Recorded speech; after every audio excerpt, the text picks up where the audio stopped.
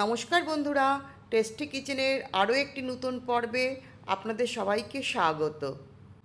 আজকে আমি একটি নতুন রেসিপি নিয়ে চলে এসেছি, সেটা হচ্ছে ইনস্ট্যান্ট খোয়া ক্ষীর।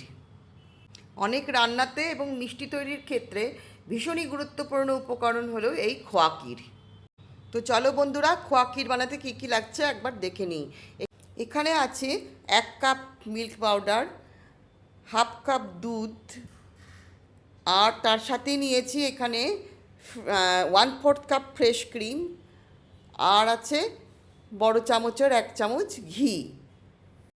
আমি এখানে ফ্রেশ ক্রিম দিয়েছি, আপনারা ইচ্ছা করলে ফ্রেশ ক্রিমটা স্কিপ করে খোয়া ক্ষীর বানাতে পারেন।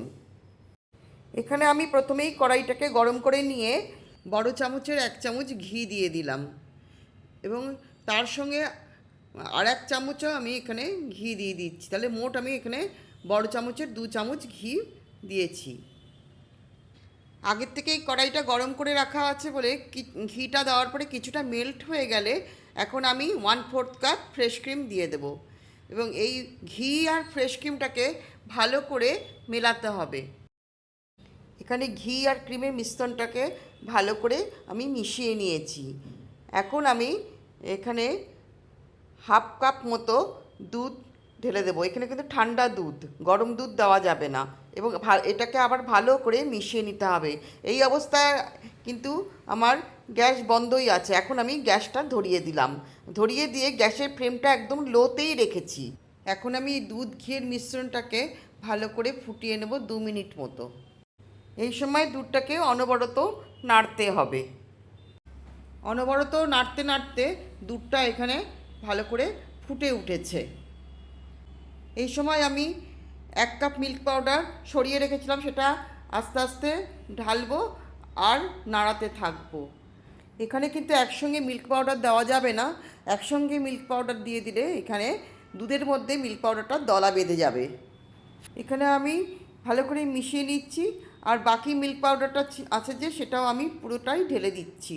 ঢেলে দিয়ে আবারও আমি ভালো করে এটাকে মিশিয়ে নেব।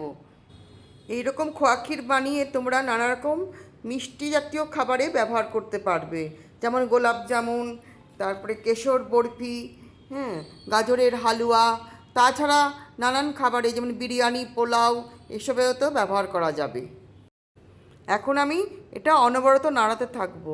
নাড়াতে নাড়াতে এটা কড়াইয়ের গা থেকে মিশ্রণটা ছেড়ে আসবে। দেখো বন্ধুরা, এখানে খোয়া ক্ষীরটা নাড়তে নাড়তে অনেকটা ঘন হয়ে এসছে, এবং কড়াইয়ের গা থেকে আস্তে আস্তে ছেড়েও আসছে। এখানে আর বেশি ঘন করব না, এটা যত ঠান্ডা হবে তত শক্ত হয়ে যাবে। এখানে গ্যাস বন্ধ করে দিয়ে খোয়া ক্ষীরটাকে ঠান্ডা হতে দিলাম।